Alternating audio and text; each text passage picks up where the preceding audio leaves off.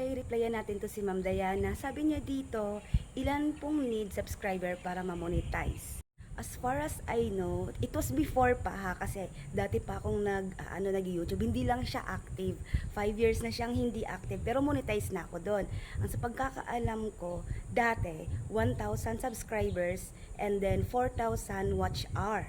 So, kailangan mo magkaroon ng 1,000 subscribers at saka 4,000 watch hour para ma-monetize ka kay YouTube.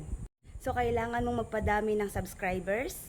At about naman sa watch hour, kailangan mag-upload ka ng video para maraming manonood sa'yo at makukuha mo yung 4,000 watch hour na requirements ni YouTube. So, medyo mahaba-haba din yung 4,000 watch hour.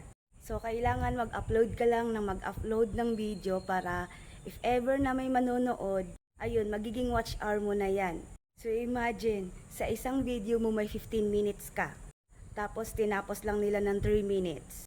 Okay na yon, covered na yon. So, medyo malayo-layo pa rin kasi 4,000 watch hour.